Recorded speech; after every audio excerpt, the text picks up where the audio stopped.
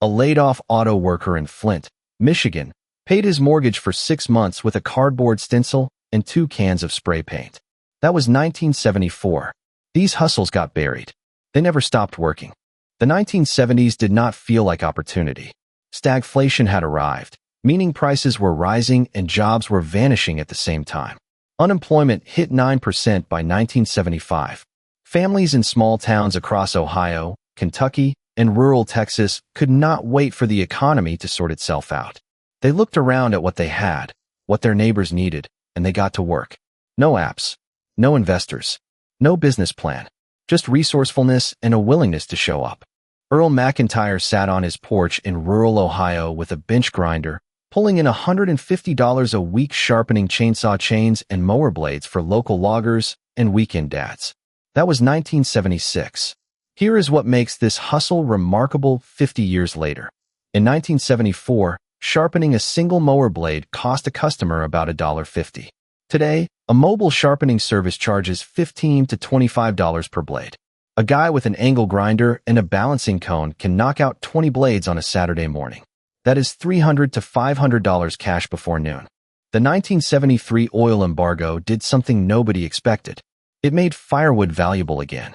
When OPEC cut off oil exports and heating fuel prices quadrupled almost overnight, families across the rural South and Midwest started buying wood stoves at a rate that shocked hardware store owners. A cord of seasoned hardwood sold for around $40 in 1975. Smart guys with a chainsaw and a truck were splitting and delivering wood all winter long. Today, that same cord of seasoned hardwood sells for $300 to $500, depending on your region. The math has only gotten better. With wood stoves spreading through every small town in America, a second hustle quietly exploded alongside them: chimney sweeping. A dirty chimney in a house running a wood stove every night is not just a nuisance, it is a fire waiting to happen. Men who learned to clean flues and inspect chimneys were suddenly booked out for weeks. They did not have apps. They had resourcefulness. A hand-lettered flyer at the feed store and a word-of-mouth reputation were enough to keep a chimney sweep busy from October through February in virtually any small town in the country. In 1971, Oregon passed the first bottle bill in the country, putting a 5-cent deposit on cans and bottles. Within a few years, the idea had spread, and so had the hustle. Kids collected cans for pocket money, but the adults who were serious about it figured out that scrap metal was the real play. Aluminum, copper, and brass pulled from old appliances, gutters, and job sites added up fast. This was not a kid's game. Grown men with trucks were running scrap routes through rural counties, stopping at farms and machine shops, and turning junk into cash every single week. The curb address painting hustle is one of the most elegantly simple income ideas the 1970s produced. A man walks a neighborhood with a hand-cut cardboard stencil, a can of black spray paint, and a can of white. He paints house numbers on the curb in front of each home so emergency vehicles can find the address fast. He charges $2 per house. On a good Saturday in a suburban neighborhood, he hits 60 or 70 homes. That is $120 to $140 in a single morning, cash in hand, no overhead. Today, the same service charges $15 to $25 per address. Between 1973 and 1975, 2 crazes swept through small-town America almost simultaneously: the CB radio and the 10-speed bicycle. CB radios gave truckers and regular people a way to communicate on the road, and every family seemed to want one installed. 10 speeds were the fitness craze of the decade, and every kid and half the dads had one. Neither of these things came with easy repair options. The guy in town who could tune a CB antenna or true a bicycle wheel was suddenly the most popular person on the block. He was not advertising. He was just known. Gutter cleaning is one of those jobs that sounds too boring to be a real hustle. That is exactly why it kept working. Nobody wants to do it, which means nobody is doing it, which means the guy who shows up with a ladder and a bucket basically owns the market in any small town. In the 1970s, a man could charge $5 to $10 a house and clean gutters all day in a single neighborhood. Today, the going rate in a small town runs $75 to $150 per house. A September 2025 report from Small Town Hustles noted that local service providers working within a strict 20-mile radius are pulling in $3,000 a month with zero digital advertising. Window washing sounds like a relic. It is not. In the 1970s, a man with a squeegee, a bucket, and a bottle of ammonia-based cleaner could work a commercial strip, hitting diners, barbershops, and hardware stores for $2 to $3 a storefront. The key was consistency. Show up every 2 weeks without being asked, and the business owner would just keep paying. That recurring model is the same logic behind every subscription business today. The hustle worked because it removed a decision from the customer's life. Old hustle, new money. Screen repair is one of those skills that high schools stopped teaching the moment shop class disappeared. A porch screen with a hole in it is a simple fix, a roll of mesh, a spline tool, and about 15 minutes of work. In the 1970s, men who knew how to rescreen a door or a window frame charged $2 to $4 per screen. Today, nobody in a modern subdivision knows how to do this. The scarcity of analog skills has driven the hourly rate of odd jobs through the roof. A screen repair guy working small towns today charges $40 to $75 per screen and has more work than he can handle from April through September. Vegetable gardening for resale was not a quaint hobby in the 1970s. It was a serious income stream. With grocery prices spiking during stagflation, families were hungry for affordable fresh produce, and a neighbor with a half-acre garden and some hustle could sell tomatoes, beans, squash, and corn directly from a card table at the end of the driveway. No permit, no market stall fee, just a handwritten sign and whatever the garden produced. The same model works today. A September 2025 report from Small Town Hustles featured a woman pulling in $800 a month strictly from local craft and produce sales through word of mouth alone. Sewing and clothing alterations were a lifeline during stagflation. When a new pair of work pants cost more than a family could comfortably spend, paying a neighbor $2 to hem them or patch the knees made perfect sense. Women who ran alteration businesses from their kitchen tables in the 1970s were not doing it as a hobby. They were running a real service that their neighbors genuinely needed. Today, dry cleaners charge $15 to $30 for a basic hem. A person with a sewing machine and a reputation in a small town is still walking into a market with almost no local competition. Hauling and junk removal is one of the oldest cash businesses in America, and the 1970s version of it was pure simplicity. A man with a pickup truck and a strong back could charge neighbors $5 to $15 to haul away old appliances, yard waste, or construction debris. The key insight here is one that almost every small-town hustler of that era understood intuitively. People will pay to make a problem disappear. They are not paying for labor. They are paying for relief. That psychology has not changed. A junk hauler working a small town today with a truck and a trailer can clear $200 to $400 on a single Saturday. Small engine repair quietly became one of the most valuable skills a man could have in a 1970s small town. Lawnmowers, rototillers, chainsaws, and outboard motors all ran on small carbureted engines that needed cleaning, tuning, and occasional rebuilding. When the big box hardware stores arrived in the 1980s and 1990s, they convinced Americans to just buy a new one instead of fixing the old one. That mindset created a skills vacuum that has never been filled.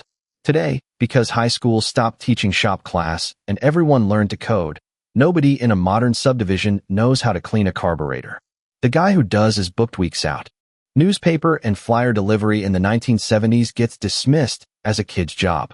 But the adults who ran delivery routes, managing multiple papers and building subscriber lists, were operating small logistics businesses. The deeper lesson here is the route model itself, a fixed geography, a recurring service, and a customer who pays on schedule. That structure is what made these income streams stable rather than random. A man in a small town today who builds any recurring service route, whether it is newspaper delivery, propane tank exchange, or water softener salt delivery, is running the same model that kept families fed during stagflation. Beekeeping for honey sales was a serious side income in rural 1970s America, and it required almost no startup cost beyond a few hive boxes and a smoker. A man with 3 or 4 hives could produce enough honey to sell jars at the hardware store counter, the diner, and the local feed and seed without ever leaving his county. The physical bulletin boards at those locations still outconvert digital Facebook ads in small towns today, according to people actively running this model. Your grandparents already solved this problem. We just stopped listening. Fence building and repair is a hustle that has never once gone out of demand. In the 1970s, a man who could string barbed wire, set wooden posts, and build a solid privacy fence was a fixture in every rural county. Farmers needed fencing. Suburban homeowners wanted it. And the work was almost always cash. The misconception people carry about small-town side hustles is that there are not enough customers. The reality is the opposite.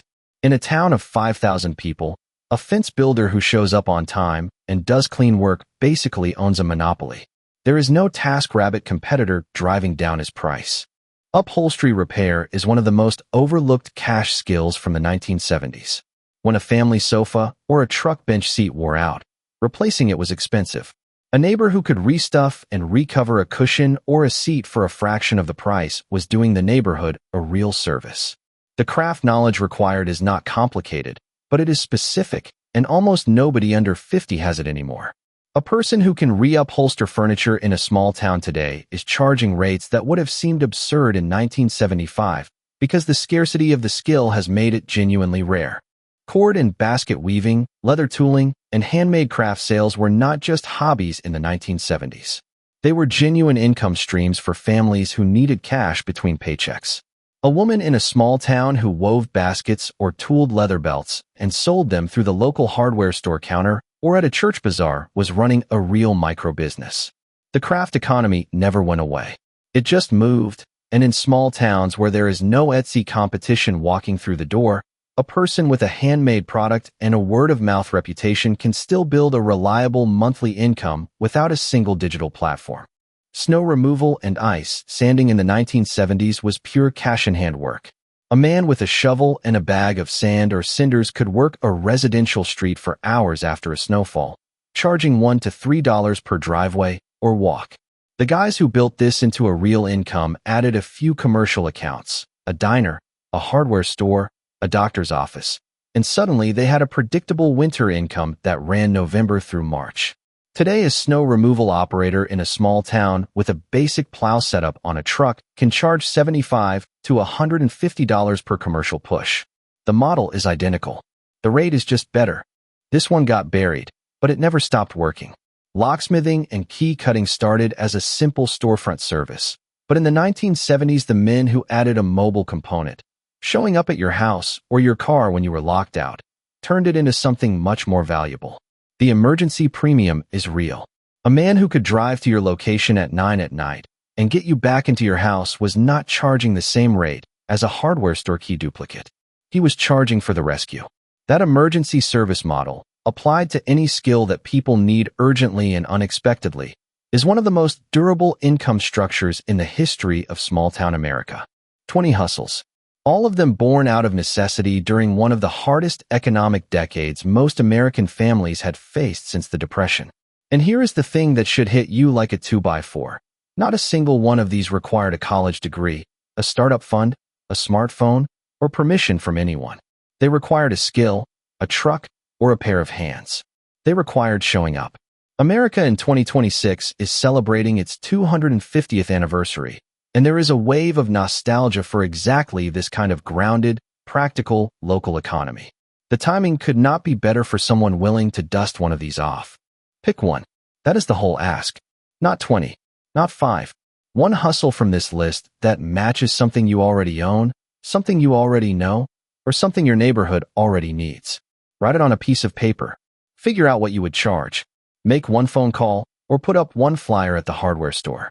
The men and women who built real income in the 1970s did not wait for the economy to get better. They looked at what was around them, and they started. That is the only difference between a hustle that works and one that stays on a list. If you want to go deeper on any of these, the next video is already waiting for you.